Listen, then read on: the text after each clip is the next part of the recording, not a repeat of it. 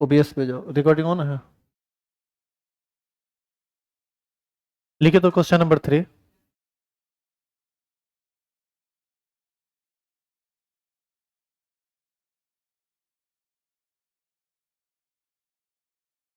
लिखेंगे 630 ग्राम HNO3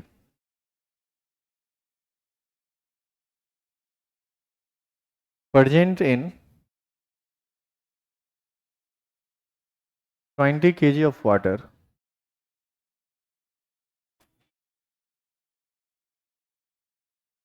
Calculate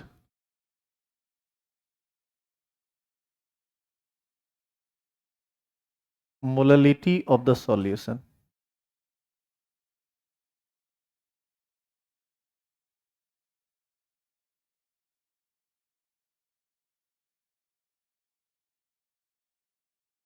molality निकालने के लिए हमको दो चीज़ की ज़रूरत है, एक सॉल्यूट के मोल की और दूसरा सॉल्वेंट के मास की। सॉल्वेंट का मास केजी में चाहिए, केजी में ही दिया हुआ है, ये ग्राम में दिया हुआ रहता तो केजी में बदल लेते।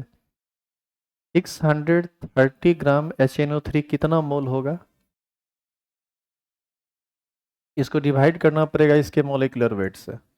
HNO3 का मोलिकुलर वेट जोड़ोगे ना तो 63 ही आएगा, तो ये हो जाएगा कितना मोल, 10 मोल। और सॉल्वेंट का मास तो ऑलरेडी 20 kg में ही दिया हुआ है, तो इसमें ज़्यादा इधर उधर करने की जरूरत है नहीं। मोललिटी बराबर होता है मोल पर केजी। मोल किसका, सॉल्यूट का, और केजी किसका, सॉल्वेंट का। तो इसी पर हम इसको बैठा देंगे।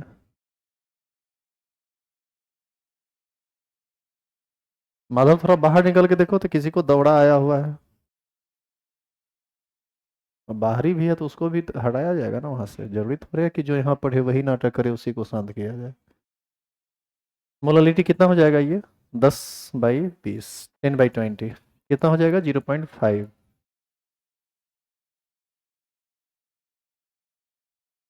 मोल पर केजी।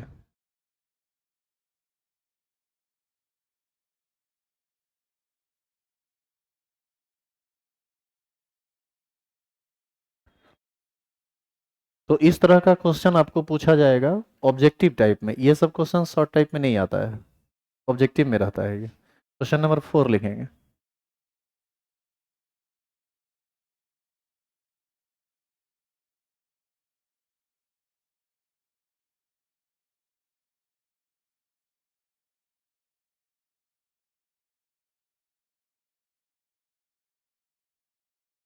लिखिए 120 ग्राम NaOH and 180 gram water present in a solution.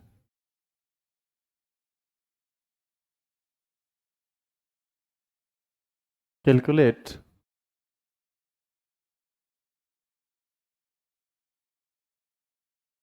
mole fraction of both the components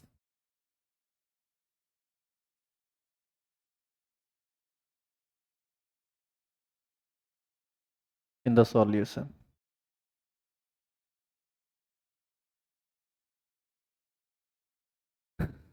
इस बार मोल फ्रैक्शन निकालना है।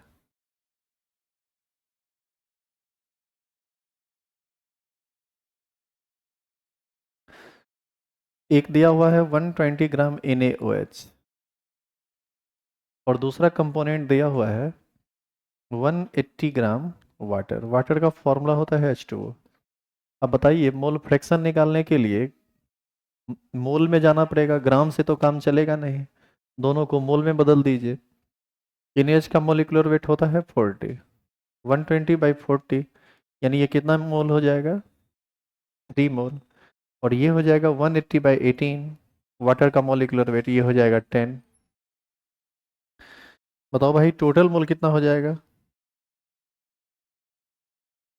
सॉल्यूशन का टोटल मोल कितना हो जाएगा, number of moles of solid plus number of moles of solvent. ये हो जाएगा 3 + 10 यानी कितना 13। अब आपको दोनों का मोल फ्रैक्शन निकालना है। आप याद कीजिए इसका ट्रिक आपको बताया गया था, जिसका मोल फ्रैक्शन निकालना हो उसके मोल को ऊपर और टोटल मोल को नीचे रखते हैं। जैसे हमको मोल फ्रैक्शन ऑफ NaOH यदि चाहिए तो NaOH का अपना मोल ऊपर लीजिए, अपना मोल कितना है 3, तो ये हो जाएगा 3/13।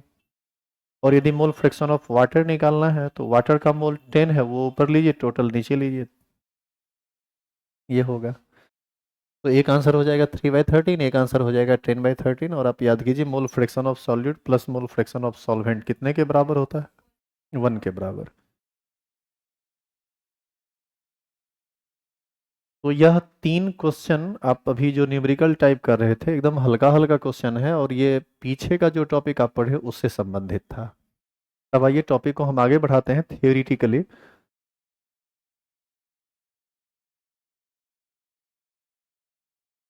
जब हम लोग सॉल्यूट का कंसंट्रेशन यूनिट पढ़ लिए थे तब आप पढ़े थे, याद करो, कॉलिगेटिव प्रॉपर्टी। क्या होता है colligative property? Colligative property dilute solution का ऐसा प्रॉपर्टी होता है जो सिर्फ और सिर्फ total number of solute particles पर डिपेंड करता है। यह डिपेंड नहीं करता है सॉल्यूट पार्टिकल्स के साइज पर, सॉल्यूट पार्टिकल्स पर उपस्थित चार्ज पर, चार्ज कैसा है, पॉजिटिव चार्ज है या नेगेटिव चार्ज है इस पर, या ओवरऑल आप एक वर्ड कह दीजिए कि यह सॉलिड पार्टिकल्स के नेचर पर डिपेंड नहीं करता है, यह सिर्फ और सिर्फ किस चीज़ पर डिपेंड करता है, सॉलिड सॉलिड पार्टिकल्स के नंबर पर।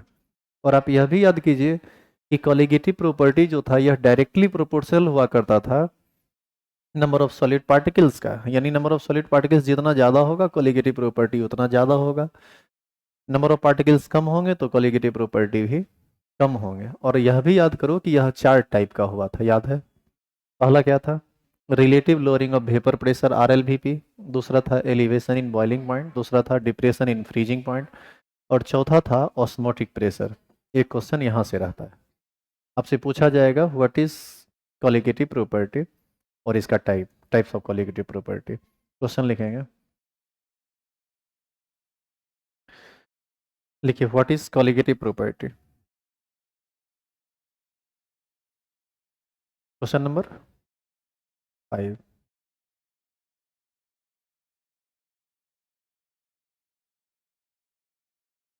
What is colligative property?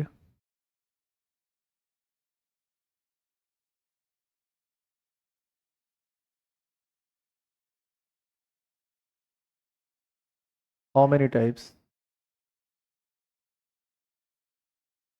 या डायरेक्ट लिख लीजिए and types of colligative property.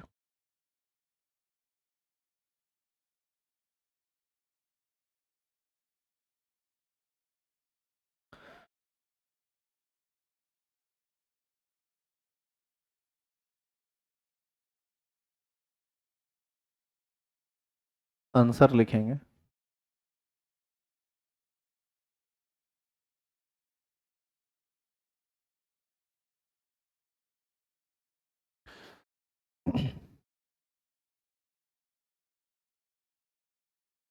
लिखिए properties of dilute solution,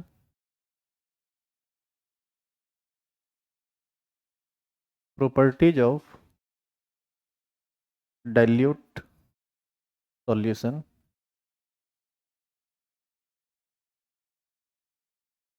which depends on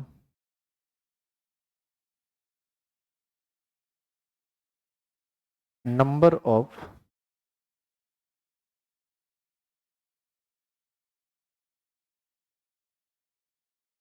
solute particles only। यहीं पर इन्वर्टेड कॉमा में लिख दीजिएगा not on the nature of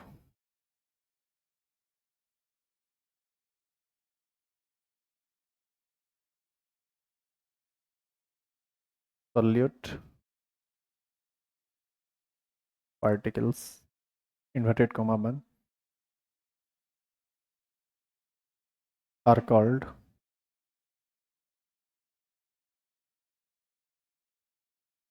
are called colligative property.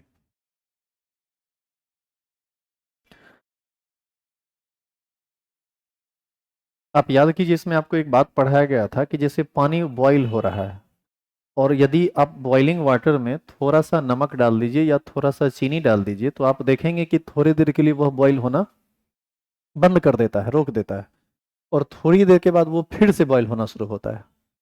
ऐसा इसलिए होता है क्योंकि जब आप चीनी या नमक या कोई भी नॉन वोलेटाइल सॉल्यूट पानी में डालते हैं, तो उसका बॉइलिंग पॉइंट बढ़ जाता है। पहले पानी 100 डिग्री सी पर बॉईल हो रहा था, चीनी डालने के बाद 103, 104, 110 डिग्री सी पर बॉईल होगा।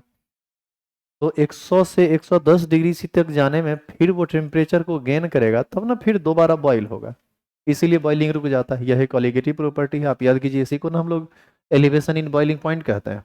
इसी तरह से कॉलिगेटिव प्रॉपर्टी टोटल 4 टाइप का होता है, और चारों टाइप में से कोई एक टाइप 100% क्वेश्चन आना ही आना है। उसका डेफिनेशन पूछे, उसका रॉल्स लॉ पूछे, उसका एप्लीकेशन पूछे, उसका डेरिवेशन पूछे, ग्राफिकल रिप्रेजेंटेशन पूछे, जो भी पूछेगा पूछेगा जरूर।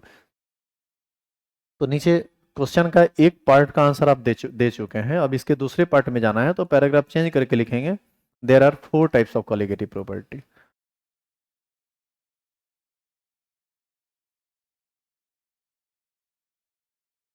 देर are 4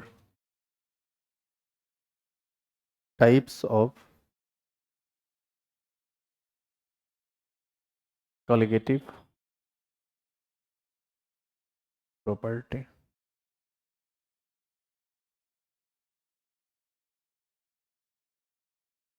A number, relative lowering of vapour pressure.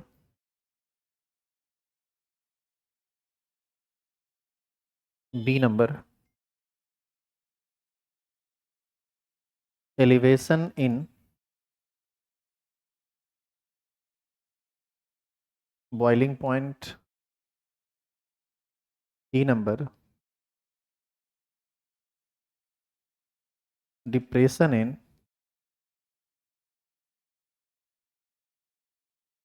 Freezing point. और लास्ट था ऑस्मोटिक प्रेशर।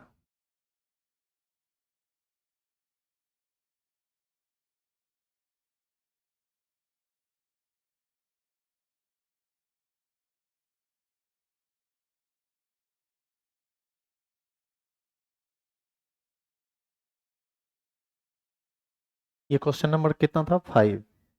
लिखेंगे 6, question number 6।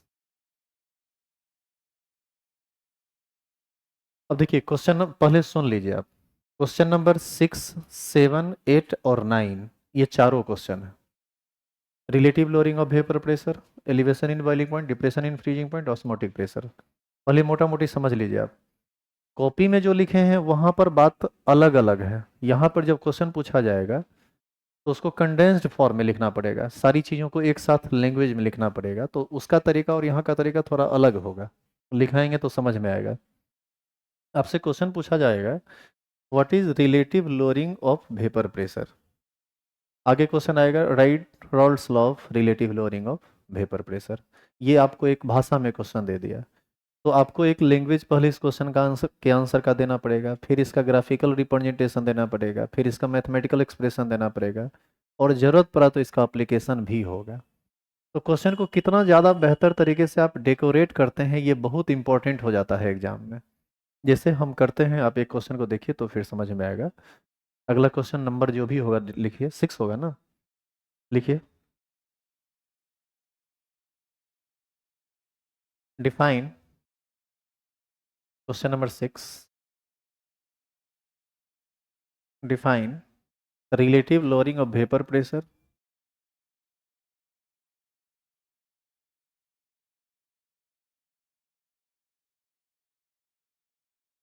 Of vapour pressure and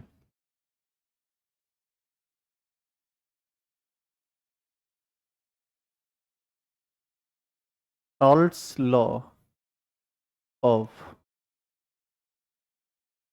relative lowering of vapour pressure. Vapour pressure को किस चीज से इंडिकेट करते थे हम लोग? वीपी से। वीपी से।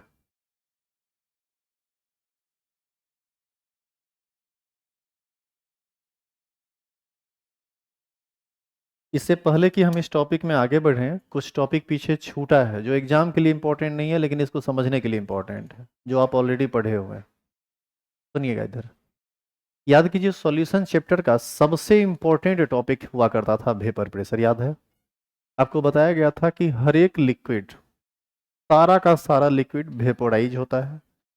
देखो, वेपोराइजेशन और इवेपोरेशन दोनों दो डिफरेंट चीज होता है। वेपोराइजेशन का मतलब होता है कि आप हीट करके किसी चीज को वेपर में कन्वर्ट कर रहे हैं, और इवेपोरेशन का मतलब होता है कोई चीज अपने आप इवेपोरेट हो रहा है, अपने आप वेपर में कन्वर्ट कर रहा है। जैसे अर्थ पर यदि आप पानी छीड़ देते हैं और वो यदि अपने आप सूख जाता है, ड्राई हो जाता है, उड़ जाता है, तो ये प्रोसेस इवेपोरेशन कहलाता है। और यदि किसी बर्तन में पानी को रखकर गर्म किए, बॉयल होते होते उड़ गया, तो ये प्रोसेस वेपोराइजेशन कहलाता है। वेपोराइजेशन एक फास्ट प्रोसेस है, इवेपोरेशन एक स्लो प्रोसेस है। इवेपोरेशन एक नेचुरल प्रोसेस है और वेपोराइजेशन एक नेचुरल प्रोसेस नहीं है, उसको आप आर्टिफिशियल कह सकते हैं, क्योंकि वो आप करवाते हैं तब होता है। कभी कभी नेचर में भी होने लगता है, मरुस्थल में बालू पर रख देंगे तो हो सकता है वहाँ का टेम्परेचर बहुत हाई हो तो वहाँ भी होने लगेगा। चलिए आगे की बात सुनिए। तो हर एक लिक्विड का अपना कुछ ना कुछ वेपर प्रेशर होता है। वो इस तरह से हम समझाए थे कि जैसे पानी को यदि तुम फर्श पर छीट दो तो थोड़ा टाइम लगेगा इसको उड़ने में, लेकिन यदि पेट्रोल को फर्श पर छीट दो तो वो जल्दी उड़ जाता है, क्योंकि पेट्रोल का वेपोराइजेशन या इवेपोरेशन कह लीजिए ज़्यादा तेज गति से होता है। किसकी तुलना में? वाटर की तुलना में। यदि आप उसके स्थान पर सरसों तेल ले लीजिए तो ये और ज़्यादा डेंस होता है और ज़्यादा गाढ़ा होता है। उड़ता ये भी है, सरसों का तेल भी उड़ता है लेकिन बहुत कम। चाहे लिक्विड कोई भी हो, सब उड़ता है, सब का सब वेपर में कन्वर्ट करता है। जो जितना ज़्यादा उड़ने का टेंडेंसी दिखाता है, हम कहते हैं कि उसका वेपर प्रेशर उतना ही ज़्यादा है। यदि हम तीन बात बोलें, तीन चीज़ की बात करें, सरसों के तेल की बात करें, पानी की बात करें, पेट्रोल की बात करें, तो सबसे ज़्यादा वेपर प्रेशर किसका होगा? पेट्रोल का। जो जितना ज़्यादा उड़ेगा उसका वेपर प्रेशर उतना ही ज़्यादा होता है। तो ये था वेपर प्रेशर। अब आप इसमें पढ़े थे वेपर प्रेशर को कौन कौन चीज़ प्रभावित करता है। आप याद कीजिए, उसमें आप पढ़े थे पहला इंटरमॉलिक्यूलर फोर्स ऑफ अट्रैक्शन। अब जैसे एक बर्तन है, इसमें ढेर सारा पार्टिकल रखा हुआ है, लिक्विड पार्टिकल, जैसे वाटर है तो H2O H2O H2O, ढेर सारा H2O रखा हुआ है। तो H2O का H2O के साथ इंटरेक्शन कैसा है? वो यदि बहुत ज़्यादा स्ट्रॉन्ग है तो उसके उड़ने की संभावना कम है, क्योंकि उड़ेगा तब जब वो आइसोलेट होगा, जब वो अकेला होगा और उसको हर तरह से मॉलिक्यूल पकड़े हुए होगा, तो वो बर्तन में ही रह जाएगा, फिर वो उड़ने की टेंडेंसी नहीं दिखाएगा। तो strong intermolecular force of attraction होगा तो वेपोराइजेशन कम होगा, और weak intermolecular force of attraction होगा तो वेपोराइजेशन ज़्यादा होगा। पेट्रोल में weak intermolecular force of attraction होता है, पानी में थोड़ा ज़्यादा होता है, सरसों के तेल में उससे ज़्यादा होता है। तो यहाँ पर आपको ये समझाया गया था कि इंटरमोलिकुलर फोर्स ऑफ अट्रैक्शन यदि ज़्यादा होगा तो वेपर प्रेशर कम होगा। तो इंटरमोलिकुलर फोर्स ऑफ अट्रैक्शन का एक इफेक्ट था। दूसरा था, याद कीजिए, टेम्परेचर का इफेक्ट। जब आप किसी भी लिक्विड को गर्म करते हैं तो क्या होता है, उसका उसके मॉलिक्यूल का काइनेटिक एनर्जी बढ़ जाता है, मॉलिक्यूल्स में मूवमेंट तेज हो जाता है। गर्म करने से इंटरमॉलिक्यूलर फोर्स ऑफ अट्रैक्शन कमजोर पड़ जाता है, तो लिक्विड मॉलिक्यूल का पानी से बाहर निकलने की संभावना बढ़ जाती है, उसका वेपोराइजेशन तेज हो जाता है। इसीलिए जब आप किसी भी चीज़ को, किसी भी लिक्विड को गर्म करते हैं तो उसका वेपर प्रेशर बढ़ता है। ये दूसरा इफेक्ट था। और तीसरा इफेक्ट आप पढ़े थे, effect of addition of non volatile solute. याद है ये चीज़? जैसे नॉर्मल पानी को आप गर्म करोगे तो वो उबल जाएगा 100 डिग्री सी पर, लेकिन उसी में आप यदि चीनी को या आप नमक को मिला दीजिए और उसके बाद उसको बॉईल कीजिए तो वो नहीं उबलेगा 100 पर, वो उबलेगा 105 पर, 110 पर। और जितनी मात्रा में आप चीनी या पानी मिलाएंगे उतना ही ज़्यादा उसका बॉइलिंग पॉइंट बढ़ता चला जाता है। ऐसा इसलिए क्योंकि जब आप पानी में नमक मिलाते हैं तो पानी और नमक के बीच एक इंटरेक्शन होता है, अट्रैक्शन होता है, जिसके कारण जितना वो पहले उड़ रहा था उतना अब उड़ेगा नहीं, डेंसिटी उसकी बढ़ जाती है। तो नॉन वोलाटाइल सॉल्यूट जब आप किसी भी सॉल्वेंट में डालते हैं तो उसका वेपर प्रेशर घट जाता है और उसका बॉइलिंग पॉइंट बढ़ जाता है। तो ये तीन इफेक्ट, हम इस तीन इफेक्ट के बारे में हम लोग पीछे ऑलरेडी पढ़ चुके हैं। अब इसी से संबंधित एक टर्म आया है, relative lowering of vapour pressure. Vapour pressure आप ऑलरेडी समझे हुए हैं, अब आप relative lowering of vapour pressure समझिए। आप याद कीजिए, प्योर वाटर के वेपर प्रेशर को हम पी नॉट से इंडिकेट करते थे, याद है? और इसमें जब आप थोड़ा चीनी नमक कुछ नॉन वोलेटाइल सॉल्यूट मिला दीजिए तब जो इसका वेपर प्रेशर होता था उसको हम क्या कहते थे? पीएस। ये है vapour pressure of pure solvent और ये है vapour pressure of its solution. कोई भी नॉन वोलेटाइल सॉल्यूट जब ऐड करते हैं तो वेपर प्रेशर घटता है, इसको हम लोग क्या बोलते हैं? Lowering of vapour pressure. और लोअरिंग ऑफ वेपर प्रेशर और vapour pressure of pure solvent का जो रेशियो होता है उसी को क्या कहा जाता है? Relative lowering of vapour pressure. तो बुक में जो आप डेफिनेशन लिखे हैं वहां पर आप यदि देखिएगा ना, relative lowering of vapour pressure का डेफिनेशन, तो वहां पर डायरेक्ट लिखा हुआ होगा the ratio of lowering of vapour pressure and vapour pressure of pure solvent is called relative lowering of vapour pressure. लेकिन यहाँ पर इसको इस तरह से डिफाइन करेंगे तो ये अधूरा आंसर माना जाएगा क्योंकि इसको आप सही तरह से लिखे नहीं है। तो यहाँ पर हम कैसे लिखेंगे? हम कहेंगे कि when a non volatile solute added in pure solvent then vapor pressure of solvent decreases. This decrease in vapor pressure is called lowering of vapor pressure। देखो, ये हमने कहा lowering of vapor pressure, हमने नहीं कहा relative lowering of vapor pressure। अब जब relative lowering of vapor pressure पर आ गए तो पैराग्राफ चेंज करके लिखेंगे the ratio of lowering of vapor pressure and vapor pressure of pure solvent is called relative lowering of vapor pressure। vapor pressure it is denoted by RL VP। it means RL VP is equal to delta P by P naught या P naught minus PS by P naught, जो mathematical expression लिखते थे वो। तो यही हम कह रहे थे कि थोड़ा इसको डेकोरेट करना होता है, तो लिखे तो हमको थोड़ा बोलने में दिक्कत हो रहा है, वो जी आ गया है फिर, इसीलिए तुमको हमारा आवाज बदला हुआ लग रहा होगा, तुमको लग रहा होगा कि हम स्टाइल से बोल रहे हैं। तो उतना स्टाइल तो हम मारते हैं नहीं, एकदम इस पॉइंट पे दिक्कत है तो बोलने में बहुत दिक्कत होता है। लिखिए, लिखेंगे when a non-volatile solute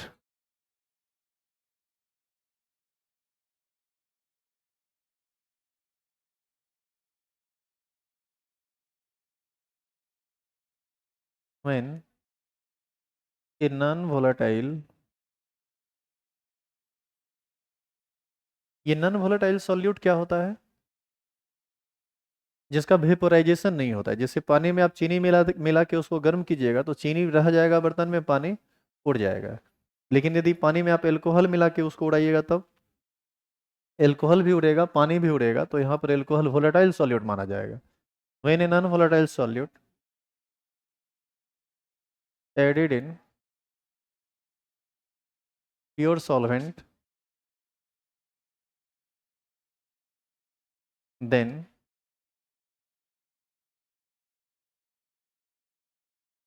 vapour pressure of liquid decreases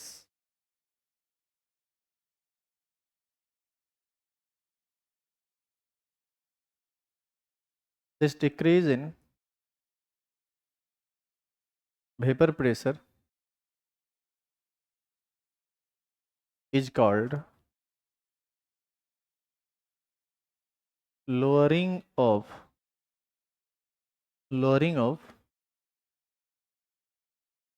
vapour pressure. Lowering of vapour pressure को किस चीज से डिनोट करते हैं? डेल्टा पी से, तो ब्रैकेट में लिख देंगे डेल्टा पी। और इसके बाद पैराग्राफ चेंज करके लिखेंगे द रेशियो ऑफ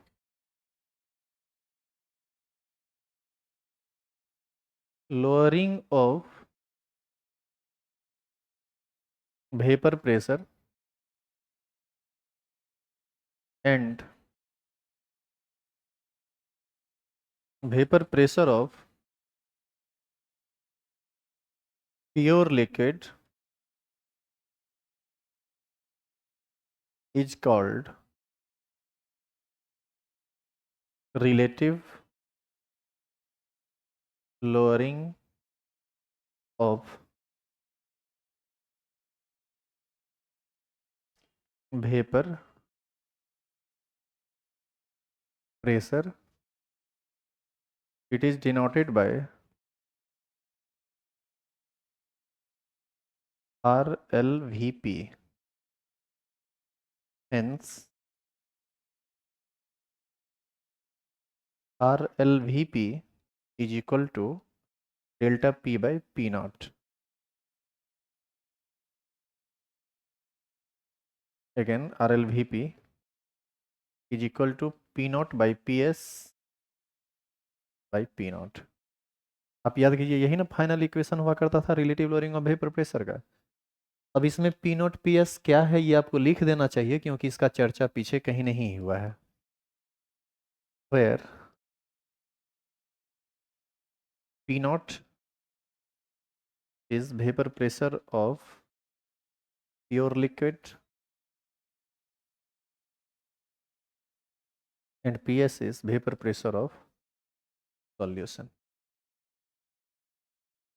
तो अभी जो आप क्वेश्चन लिखे थे उस क्वेश्चन के एक पार्ट का ये आंसर है। यदि आपसे क्वेश्चन सिर्फ पूछता है what is relative lowering of vapour pressure, तो आप इतना लिखेंगे और आपको इसमें 2 नंबर मिलेगा। लेकिन यदि इसी में इसका दूसरा पार्ट जोड़ देता है what is Raoult's law of relative lowering of vapour pressure, तो फिर ये क्वेश्चन और वो क्वेश्चन दोनों मिला के ये लॉन्ग टाइप बन जाएगा, 5 नंबर का क्वेश्चन हो जाएगा। दोनों को अलग अलग भी पूछा जा सकता है, साथ भी पूछा जा सकता है। एक ही साथ लिख लीजिए, जैसा पूछा जाएगा उसके हिसाब से आप मोल्ड कर देंगे इसको। अब इसी में यदि हमको इसका आंसर देना है तो बताइए तो क्या, अब कैसे इसको हम लिखेंगे आंसर में, क्या करना चाहिए, मतलब लिखने का क्या तरीका होना चाहिए, क्या लिखेंगे उसको छोड़िए। अभी हमारा अगला टॉपिक क्या है, Raoult's law of relative lowering of vapour pressure. तो हम यहाँ पर क्या करेंगे, एक स्टार लगा के एक हेडिंग के रूप में लिख देंगे, और क्योंकि आप एक ही पेन यूज करेंगे वहां, तो आप उसको अंडरलाइन कर देंगे ताकि पता चले कि आप कुछ नया यहाँ कर रहे हैं। तो हेडिंग डालेंगे राउल्स लॉ ऑफ RLVP। क्योंकि आप RLVP का चर्चा ऑलरेडी कर चुके हैं पीछे, तो आप इसको शॉर्ट में भी लिख सकते हैं, नहीं तो पूरा डिटेल में लिखना पड़ेगा, relative lowering of vapour pressure.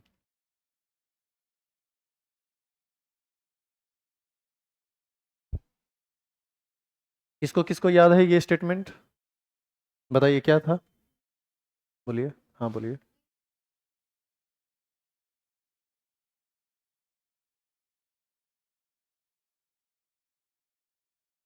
हाँ ये सही है, एग्जैक्टली यही स्टेटमेंट है, लिखेंगे, बैठ जाइए, लिखेंगे when a non volatile solute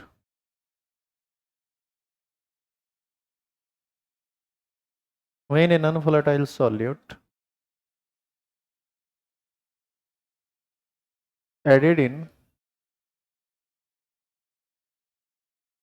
pure solvent, then relative lowering of vapor pressure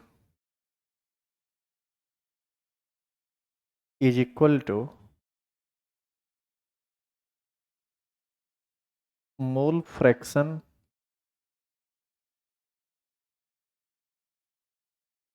of solute.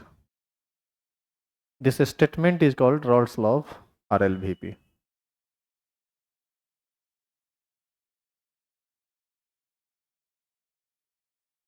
This statement is called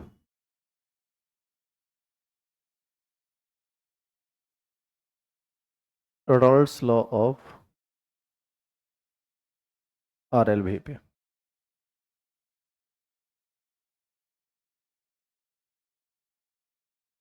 According to this statement, बताइए इसका मैथमेटिकल फॉर्मेट क्या होगा। R L V P is equal to mole fraction of solute. R L V P को हम लोग लिख सकते हैं कैसे, बताइए। हम इसको ऐसे भी लिख सकते हैं, delta P by P nought is equal to mole fraction of solute. और इसी को एक बार और थोड़ा डिटेल में लेके चले जाएं तो लिख सकते हैं P nought minus P S by P nought is equal to mole fraction of solute. तो दो चार मैथमेटिकल एक्सप्रेशन आपको जरूर लिखना चाहिए।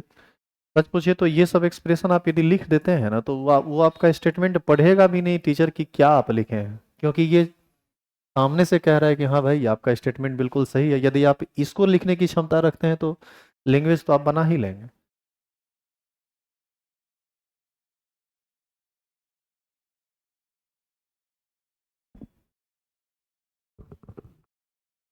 इसी में आप चाहें तो एक स्टेटमेंट और मतलब एक मैथमेटिकल एक्सप्रेशन और आप आगे बढ़ा सकते हैं। बताओ तो क्या आप कर सकते हैं। यहाँ पर आप मोल फ्रैक्शन ऑफ सॉल्यूट की जगह पर small N by small N plus capital N भी लिख सकते हैं। नहीं, पिछले दिन ना पढ़े थे mole fraction of solute is equal to small N by small N plus capital N. तो इसमें आप इसको और बढ़ाना चाहें अपने मन से तो बढ़ा सकते हैं, लेकिन अब बढ़ाने का कोई फायदा है नहीं। जितना कहना था वो आप अपने लैंग्वेज में बेहतरीन कह दिए। तो आप ये भी लिख सकते हैं। तो ये था क्वेश्चन नंबर सिक्स। सिक्स था ना। अब लिखेंगे क्वेश्चन नंबर 7। 4 दिन चलेगा इसका सब्जेक्टिव, सॉल्यूशन चैप्टर का सब्जेक्टिव 4 दिन चलेगा। 2 दिन आज लगा के 2 दिन और। इसके बाद इसका ऑब्जेक्टिव स्टार्ट होगा। पहले ये बताइए कि आप लोगों में से कितने लोगों के पास इसका ऑब्जेक्टिव वाला सेट है जो आपको शुरू में जब रेगुलर पढ़ाई चल रहा था मिला था। तो कितने के पास है। जितने लोगों के पास ये असाइनमेंट है कल लेते आइएगा। जिनके पास नहीं है उनका गिनती ले लिया जाएगा, प्रिंट निकलवा देंगे, ऑफिस से ले लीजिएगा, फ्री में नहीं। जैसे उस समय लिए थे वैसे ही अभी भी। उसका ज़्यादा कॉस्ट नहीं, नहीं तो बाहर से कहीं से जिरोक्स करवा लेना। हाँ, बाहरों रुपया लगवे करेगा। और यदि आप लोग जिनको ये असाइनमेंट मिला था और संपापरी खा गए, दोबारा फिर से ले लेना। बहुत लोग को बहुत लोग को लगता है ना कि पेपर दिए बना बात खत्म है, उसका जरूरत क्या है। शुरू में बोले थे ना कि इसका जरूरत पड़ेगा क्रैश कोर्स में, इसको संभाल के रखिएगा। बोला गया था सब फाइल को खरीद लो उसमें रखना जमा करके। खैर यदि होगा तो होगा, नहीं होगा तो फिर मिल जाएगा, उसके लिए ज़्यादा टेंशन नहीं लेना है। अगला क्वेश्चन, क्वेश्चन नंबर 7 लिखेंगे। देखिए, what is elevation in boiling point.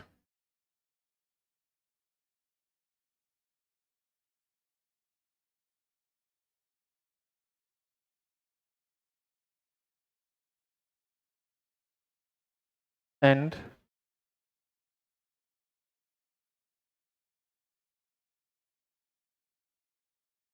Raoult's law of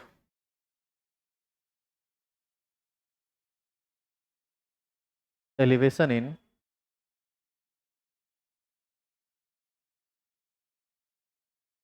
boiling point.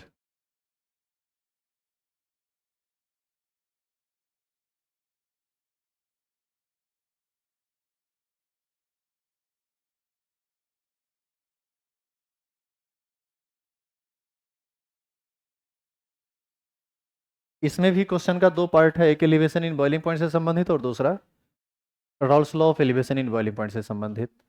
इसके लिए आपको सबसे पहले फिर समझना पड़ेगा। फिर देखो कुछ कुछ चीज़ हम लगातार छोड़ते जा रहे हैं, छोड़ते वो जो आ रहे हैं जो इस क्वेश्चन को कॉपरेट करता है समझने में।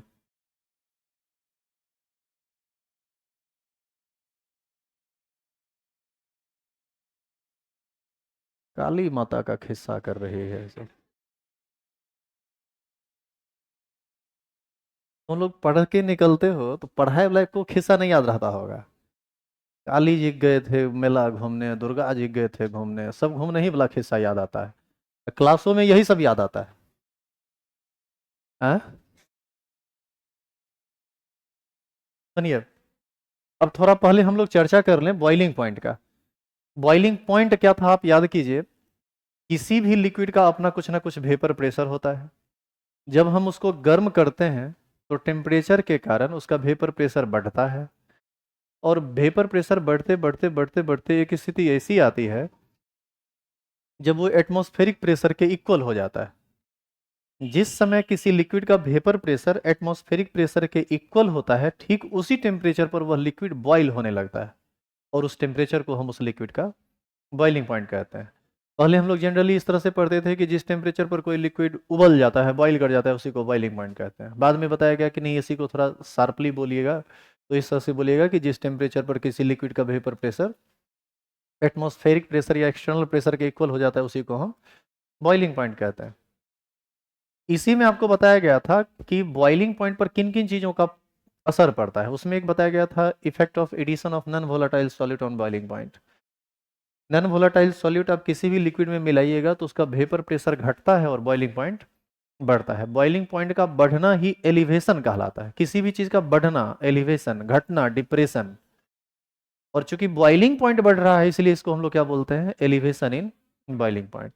जैसे अभी भी थोड़ी देर पहले एग्जांपल बताया कि पानी वैसे बॉयल हो जाता है नॉर्मली 100 डिग्री सी पर, लेकिन यदि आप उसमें थोड़ा सा चीनी डाल के और उसके बाद उसको बॉईल कीजिएगा तो वह 100 डिग्री सी पर नहीं बॉईल करेगा, उसका बॉइलिंग पॉइंट बढ़ जाता है। इसी को तो एलिवेशन इन बॉइलिंग पॉइंट कहते हैं।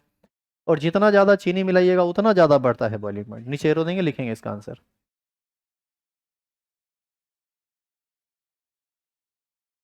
अच्छा, वहां पर इसका आंसर क्या लिखे थे, एलिवेशन इन बॉइलिंग पॉइंट का डेफिनेशन? वहां पर देखो लिखा हुआ होगा, the difference of boiling point of solution and boiling point of pure solvent is called elevation in boiling point. इतना लिख दीजिएगा, नंबर काट लेगा आपका। लिखिए तो, when a non-volatile solute when a non-volatile solute added in pure solvent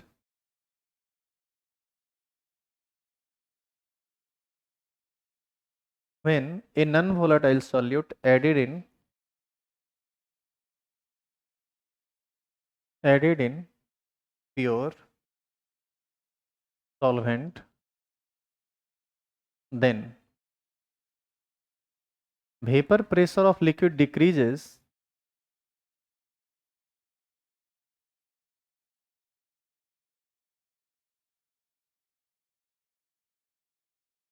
and boiling point of liquid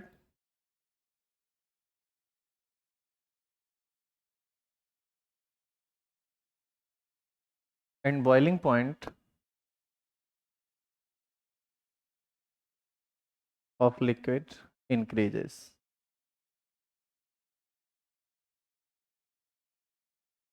This increase in boiling point of liquid is called elevation in boiling point. It can be defined as, उसके बाद आप वो वाला definition लिखिएगा, और वो क्यों लिखना जरूरी है इस पर भी हम बात करेंगे। इंक्रीजेस आगे लिखेंगे इसी में, फुल स्टॉप के बाद, this increase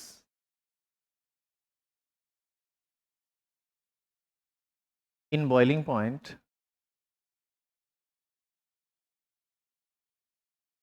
is called elevation in boiling point.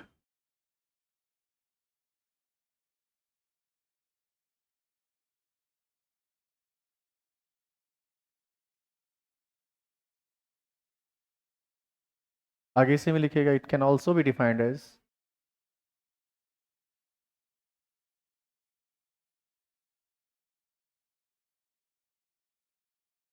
it can also be defined as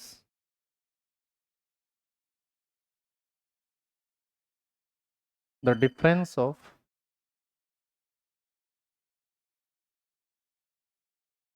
the difference of boiling point of solution and boiling point of pure liquid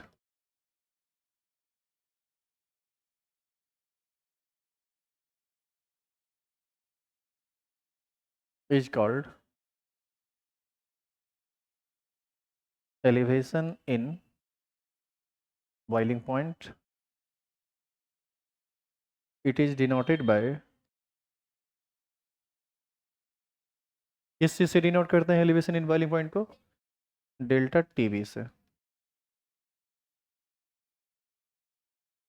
अब देखो यहाँ पर जो आप लिखे थे, this increase in boiling point is called elevation in boiling point, आप चाहते तो यहीं पर छोड़ सकते थे, लेकिन यहाँ पर यदि आप छोड़ते तो आपको इसका मैथमेटिकल एक्सप्रेशन ही नहीं मिलता।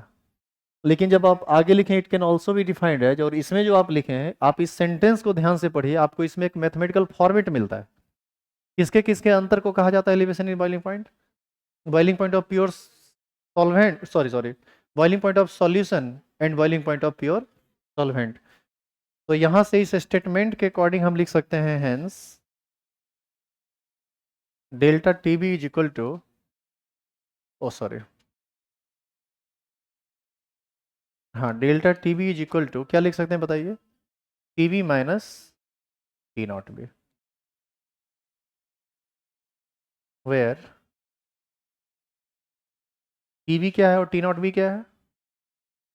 टीबी है बॉइलिंग पॉइंट ऑफ सॉल्यूशन। याद करो, नोट वर्ड का यूज ही हम लोग प्योर के लिए करते थे, चाहे वो प्योर वेपर प्रेशर हो, बॉइलिंग पॉइंट हो, फ्रीजिंग पॉइंट हो,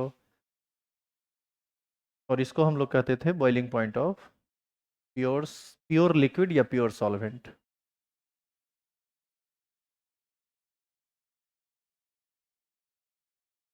तो अभी जो आप लिखे यह था सिर्फ और सिर्फ एलिवेशन इन बॉइलिंग पॉइंट। अब हम इसका सेकंड सेकंड पार्ट पर जाएंगे, और ये होगा Rawls law of elevation in boiling point. इसको लिखा दें कि छोड़ दें? लिख लीजिए ना, इसको पूरा कर लीजिए जल्दी से।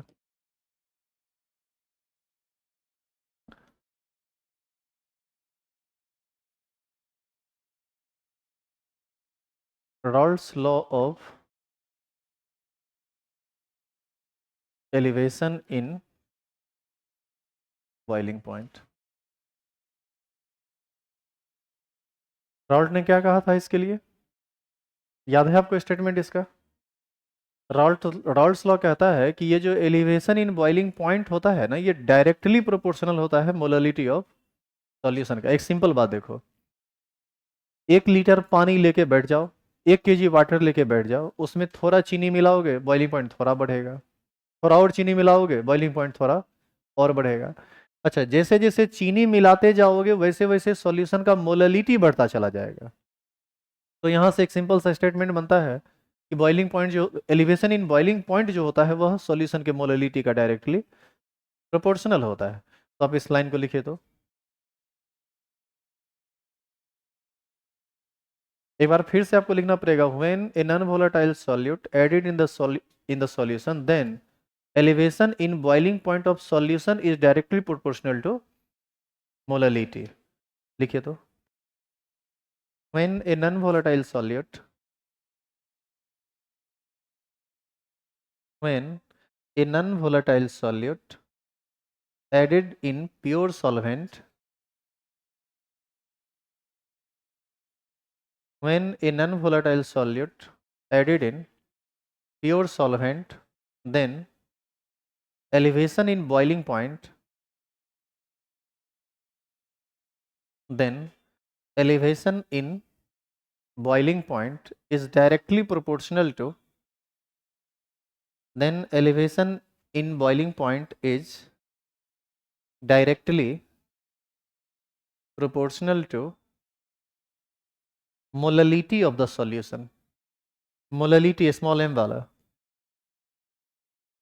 कल लास्ट में को कैलकुलेशन करे थे, उसमें कैपिटल एम के जगह स्मॉल एम लिख दिए थे। Molality of the solution. अब बताइए, यहां से हम लिख सकते हैं delta T B is directly proportional to small M. यहां से डेल्टा टी बी बराबर, याद करो क्या हुआ था, के वी इंटू एम। यही ना मेन इक्वेशन था इसका। के वी को क्या बोलते थे? वेयर के वी इज इक्वल टू, बस एक दो इक्वेशन लिखेंगे वो छुट्टी दे देंगे। के वी मोलल एलिवेशन कांस्टेंट। आप याद कीजिएगा, इसी का एक फॉर्मेट बनता था डेल्टा टीवी के लिए, हम लिख सकते हैं TV minus T not B is equal to K B into M. आप ये भी लिखते थे न्यूमेरिकल बनाने के लिए, minus TV minus T not B is equal to K V into mole per K जी, आप ये भी लिखते थे और ये सब आपको लिखना पड़ेगा वहाँ।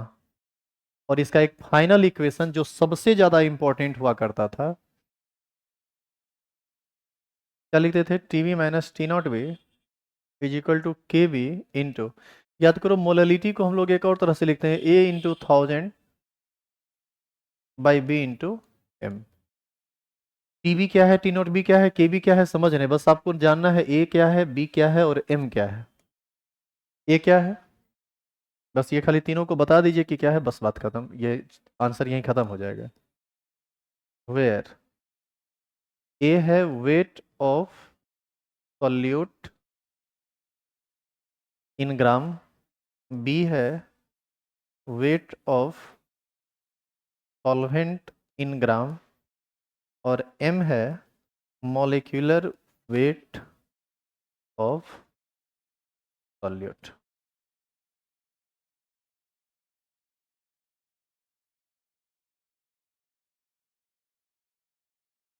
अब कल से पूछताछ वाला काम स्टार्ट होगा और इतना आप कॉपी में अब जा चुका है कि आपको कुछ कुछ होमवर्क मिले याद करने के लिए, और मेन पर्पस हमारा अब यही होगा कि जितना लिखाया जाए वो आपके दिमाग में एकदम रटा हुआ होना चाहिए।